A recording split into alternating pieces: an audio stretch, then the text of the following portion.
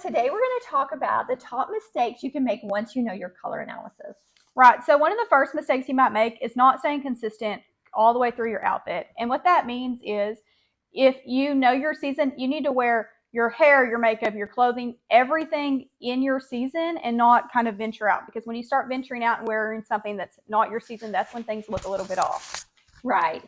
And a little bit along with that is just like with your makeup. And so I think when I first got into, before I knew seasonal color analysis, I would mix like warm eyeshadows with cool lipsticks. And that just wasn't working. I always thought there was just something a little bit off. I never could figure it out, but that's it. So just stay true. When you're going into Ulta or Sephora, just make sure you're looking for either all cools or all warms.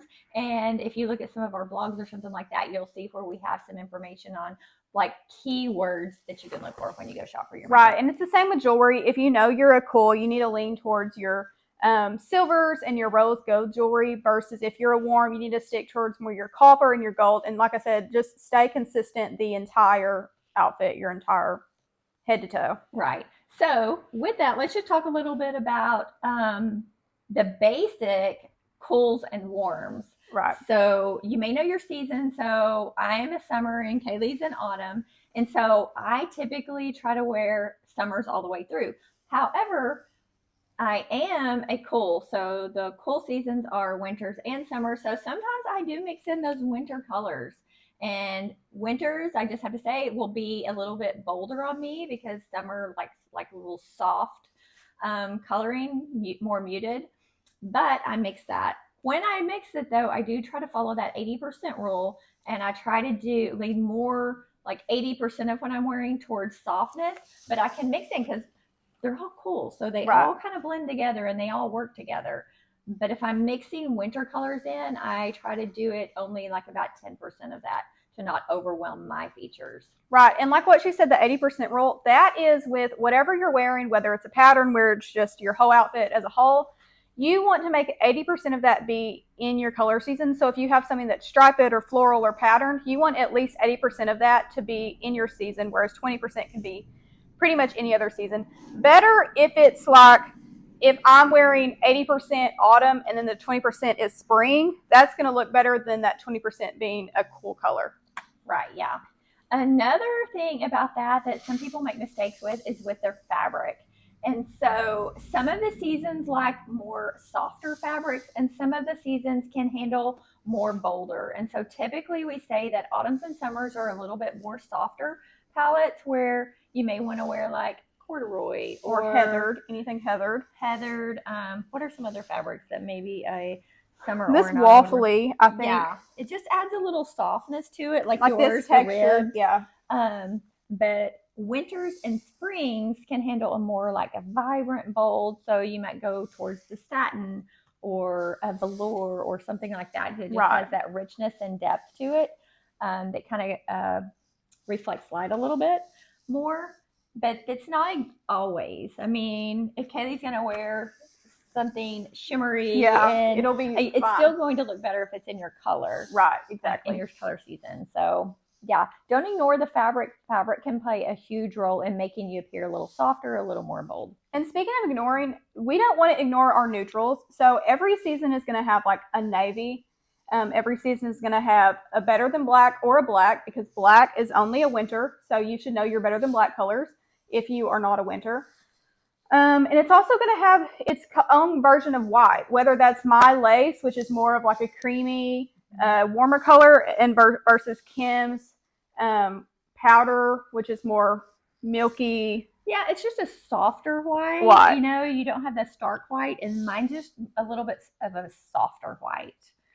So right, and I do think the neutrals can be kind of confusing just because some of them are so similar season to season. It's just that subtle difference that makes them your season. Right, yeah. But I think those neutrals are just like foundational pieces.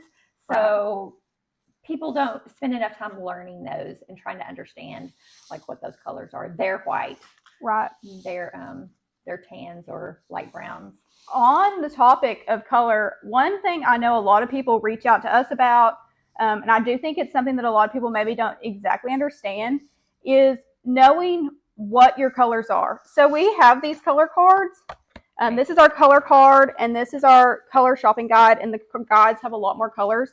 But people think that there's 21 colors on here. These are all of the autumns, which is definitely not true. Right. This is not an absolute. This is a guideline of what your colors are. So these are in your color palette. However, if you were to go shopping and you were to hold this up and it blends with all of these colors, whatever Right. you're purchasing, then that is in your color. So I love it how Kaylee says it a lot. She says this is only represents you. 25% of the color wheel is yours for Right. that season. So if you look, this is probably the basil is probably a pretty good match for yours. But it's not an exact. See, it's not an exact. And one thing I try to remind people of, so like she said, I always say a quarter of the color wheel is yours. But what I like to remind people is your color might fall in between these two. So my season is still going to be between basil and thyme, which is kind of what, I don't know if you can see here. My outfit today falls somewhere between basil and pine, and that is still my color. So you can mix pretty much any of these colors, like somewhere between teal and basil. That's still going to be my season because it's between my colors. Right.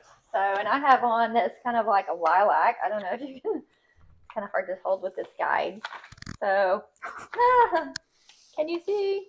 So it's not an exact match, but it's still in my color season, and you can see that it still works with these like light summers.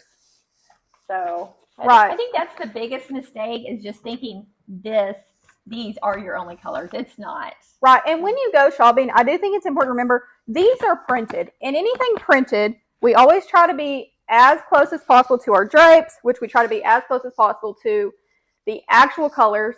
But anything printed is going to be printed a little off because everything printed, printers print different. Your computer screen versus your phone screen, even an iPhone screen versus another iPhone screen are going to be completely different. Just right. The way the display shows. So if you're shopping and you're looking, like this is the basil drape, it is not exact. And sometimes people point out, well, which one's the actual color? Which one's actually basil? Which one's actually the autumn? Both. They're both actually your season. It's just your color may be a little off. I do think what Kim said is the most important. If you hold it up, which one of these looks like it fits with your color season? And that's the one you're going to want to choose.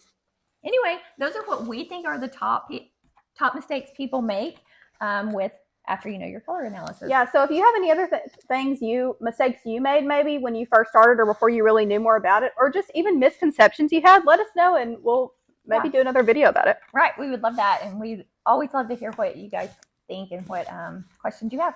Right, so don't forget to subscribe below and follow along.